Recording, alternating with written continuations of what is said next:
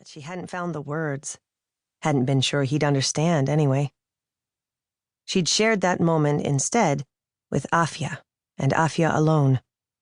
Afia, whose husband had died in a mortar attack before they could start a family.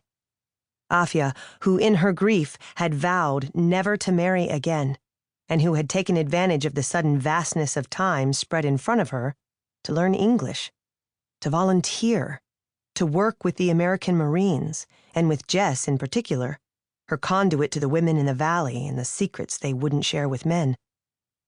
Those memories of Afia were painful, sure, but it was a different pain. Delicate, bittersweet. It was a pain Jess savored, no matter how much it hurt, because that was how she wanted to remember Afia. Those were memories she cherished. But mostly, it was the last memory, that final, bloody day that stuck in Jess's head and kept coming back. Afia was gone, but every night in her dreams, Jess saw her friend's face again, saw the blood in the dirt and heard the screams she'd later learned were her own. Something had woken her. Just what it was, Jess Winslow couldn't be sure, but she was awake now, wide awake, and lightning fast, too. Like she was back in the OP in the Hindu Kush, strapping on her body armor as someone triggered the alarm, listening to the sound of mortars launching, waiting for the boom. Except she wasn't over there anymore. She was here. America. Home, sacked out on the couch under a Pendleton blanket, the TV blaring infomercials, and God only knew what time it was. Dark outside. No light but the moon. Lucy whined, lifted her head from the floor, looked around. Those big black ears perked. She looked up at Jess and whined a little more. Whatever it was, it had scared the dog, too. Never mind, you big baby. It's probably just a deer. Jess sat up and rubbed sleep from her eyes, found the remote and turned down the TV. For a big, scary guard dog, you're kind of a wuss. Lucy grumbled like she wanted to contest the point, but decided better of it and laid her head back down.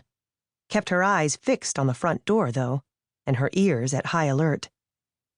Though Lucy might have looked the part, the truth was, she wasn't really a guard dog. There wasn't much that Jess owned that needed guarding. Companion animal, the VA doc had called her. Something to help you keep your mind over here. Lucy helped. Sort of. She was a mutt, probably pit bull, but not entirely. She had that square, blocky head and that big, dumb pit smile when she panted. But her body was long and more lean than stocky. A boxer, maybe, or some kind of retriever.